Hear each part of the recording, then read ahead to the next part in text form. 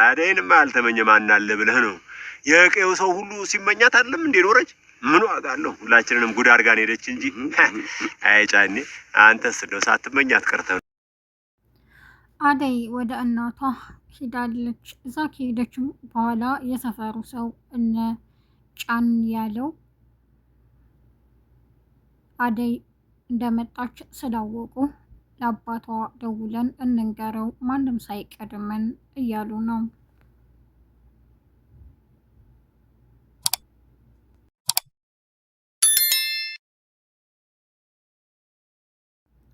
አሰላሙ አሌይኩም ወራህመቱላሂ ወበረካቱ። ሰላም እንዴት ናችሁ? የነጅም ኩኪንግ ቤተሰቦች ላይክ፣ ሸር፣ ሰብስክራይብ በማድረግ እስከ መጨረሻው አብረውን ይቆዩ።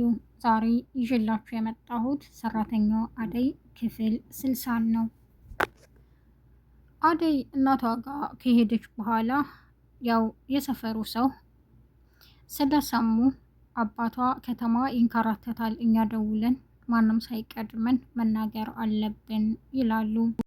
የባርኮትና የፍቅር እናት ድንገት ወደ ቤት መጥተዋል። ባርኮትም ደንግጧል። ፍቅርም በጣም ደንግጣለች። እንዴ እማዬ አትነግርኝም ነበር እንዴ? ከመምጣትሽ በፊት ቢያንስ እኮ እዘጋጅ ነበር ይላል ባርኮት። ልጄ ይህ እኮ ቤቴ ነው፣ ምንም ዝግጅት አያስፈልገውም ትላለች። እንዴ ልጄ የት ናት አደይ ትላለች። ፍቅርም ትናደዳለች።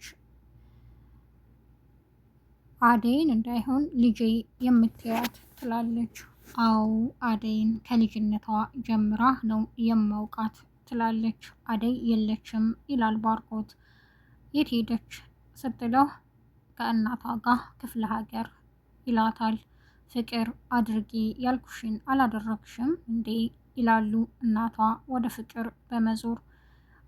እኔ ሁሉንም አድርጊያለሁ፣ ብለምናትም ባስለምናትም አሻፈረኝ አለች ትላለች ፍቅር። እና ቤዛ ያልሻትስ አዲሷ ሰራተኛ ትላለች።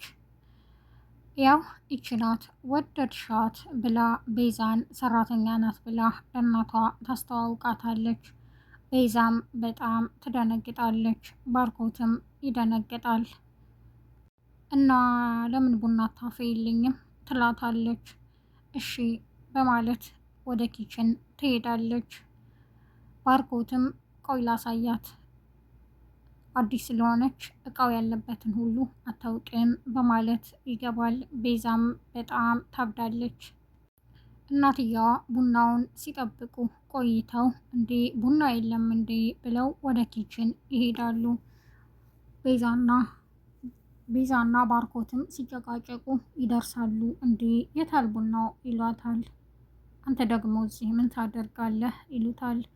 አይ ረከቦቱ ያለበትን ቦታ ስለማታውቀው ላሳያት ነው ይላል ባርኮት። ቤዛ በጣም ይቅርታ፣ እኔ ይህን አስቤ አይደል አልነበረም፣ ግን ይህን ሁሉ ነገር የሰማሁት ከአንቺ ጋር እኩል ነው። ይሄ ሁሉ የፍቅር ሴራ ነው፣ ደግሞ ምንም ችግር የለውም። እኔ አንቺ ጓደኛዬ እንደሆንሽ እማዬ ማወቅ የለባትም። ከዛ አልፎ ደግሞ ቤት ድረስ መምጣትሽም ላንቺ ጥሩ አይደለም ይላታል። ቤዛም አብዳለች፣ በጣም ትናደዳለች። ፍቅርን የስራዋን ነው ምሳጣት፣ ይቺ ተንኮለኛ ትላለች። የታለች አደይን ሊዲያ እና ዴቭ በማለትም ትጠይቃለች። የነባርኮት እናት እነሱ ክፍላቸው ናቸው ትላታለች። ወደ ሊዲያ ክፍልም ትሄዳለች። ሊዱም እንደተለመደው አልጋዋ ላይ ትጨፍራለች። ትንሽ ከቆዩ በኋላ እንዴ አልጋ ላይ ትዘላለሽ ሲሏት ትደነግጣለች። ትልቅ ሆነሻል ሊዲያ እንዴት ነሽ በማለትም ቁጭ ብለው ወሬያቸውን ይቀጥላሉ። ሊዲያም ስለ ሁሉም ስለሆነ ሁሉ ትነግራቸዋለች። አደይንም ፍቅር እንዳባረረቻት ሁሉ ትነግራታለች። በጣም ትናደዳለች የፍቅር እናት። እነ ጫን ያሌም ቁጭ ብለው ያወራሉ። እኔ ምልህ አደይን እኮ ያልተመኛት ሰው አልነበረም፣ ግን ምን ይደረጋል የጌታችን ልጅ እሱ ቀደመና ያው እሱ ሁሉንም አደረገ ይላል። እኔም ብልህ እኔም አሁን ትንሽ ልቆይና የአደይን እህት ብርሃኔን ትልቂቷ ካገባች ትንሽቷን እወስዳለሁ እያሉ ወሬያቸውን ቀጥለዋል። ድንገት በመሀልም አቶ አሸናፊ ይመጣባቸዋል። ይሄ ሴታ ሴት መጣ ይላል አቶ ጫን ያለው። የአደይ እናትም አደይ ልጄ ይቅርታ ትላለች። ምን ነው እማዬ ምን አጠፋሽ ትላታለች።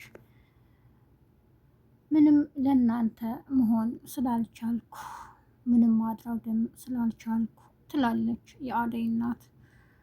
እማዬ ለምን ራስሽን ተወቅሻለሽ? እኔ ነኝ እኮ ይቅርታ ማድረግ ያለብኝ። ከሞቀ ጎጆሽ አስወጥቼሽ ከሞቀ ትዳርሽ ወጥተሽ እዚህ ተደብቀሽ የምትኖሪው ለእኔ ብለሽ አይደል እንዴ እማዬ ተይ ትላታለች። ኧረ ተይው አባትሽ ትዳር ቢሆንማ ድሮም እምለውን ይሰማኝ ነበር፣ እሱ እኮ አይሰማም ትላለች የአደይ እናት። እማዬ አንድ ነገር አስቤያለሁ ትላታለች። አደይም እንደው ምን አስበሽ ነው ልጄ? የልብሽን መሻት ሁሉ ይሙላልሽ ትላታለች።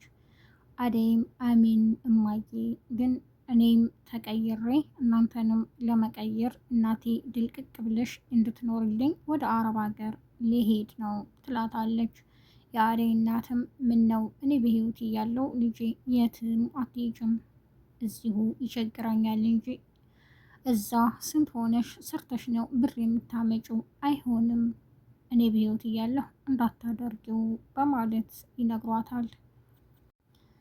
ዴቭም በቃ በሀሳብ ሞትኩ፣ በጣም አደይ ናፍቃኛለች፣ ፍለጋ መሄድ አለብኝ፣ ደግሞ ዳይመንድና ንጉስ አለችበት ቦታ ገጠር ይወስዱኛል በማለት እንቅልፋቶ ብቻውን ያወራል። አቶ ንጉስም ብቻውን ያወራል። እኔ በቃ ምንም መቆም አልቻልኩም፣ ራሴን ሁሉ ተሸክሞኛል ይለዋል ለንጉስ ለአቶ ንጉስ ለዳይመንድ። በቃ የተሸከምከውን አውረዳ ይለዋል። አቶ ዳይመንድም በንጉስ ያሾፍበታል። ባከኔ እየቀለድኩ አይደለም ይለዋል። ባክ እስካሁን አደይ ተድራለች ገጠር ይለዋል። አደይ እኮ እጣ ፈንታዋ ነው በማለትም ይቀጥልለታል። ማለት ይላል አቶ ንጉስ። እዛ ስትሄድ እዛው ከአባቷ አታመልጥም፣ ማግባቷ አይቀርም፣ እዚህ ስትመጣ ደግሞ አንተ አለህ ይለዋል። እና እኔ አልሻላትም ይላል።